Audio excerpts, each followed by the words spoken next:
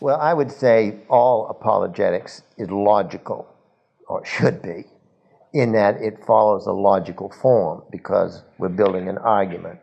And what we face, the difficulty is this relativistic indifference to logical argument or logical presentation of the truth, which means simply that relativism, which falls out of both the two views of visions of reality, whether you're a naturalist or you're an anti-naturalist, both of those lead to relativism.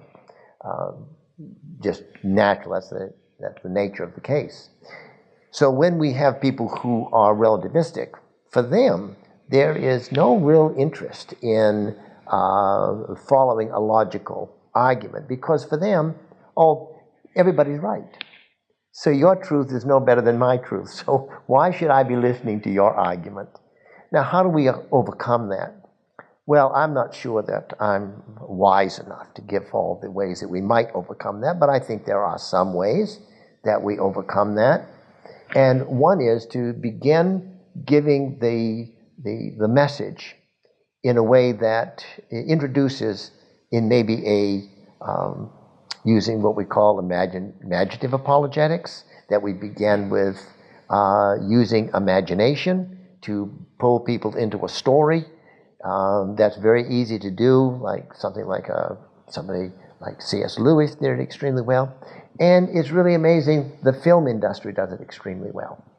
And so if we stepped up to a person and started right off the bat, just giving, point A, point B, and this leads to point C, they're probably just not, they're going to stare at us as, like a deer caught in the headlights. It's not going to mean anything to them. So we have to find a way, as even Soren Kierkegaard suggested, we have to find a way to enter in, because these people, to enter into the conversation, for these people,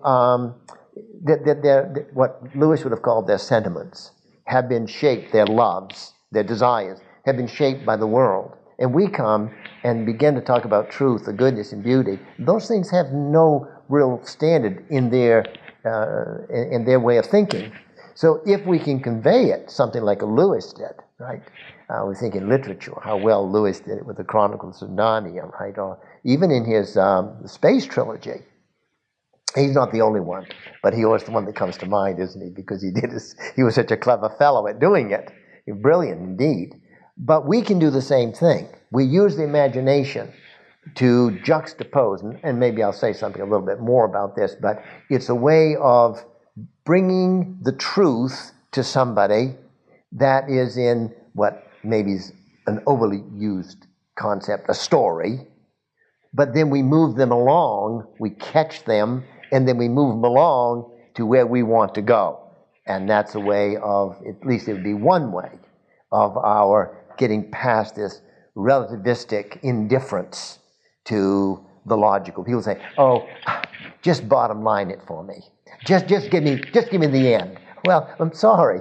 It won't work. I can't just give you the end that Jesus died for your sins if I don't get the front part in as well. So that might be one way that we could do it.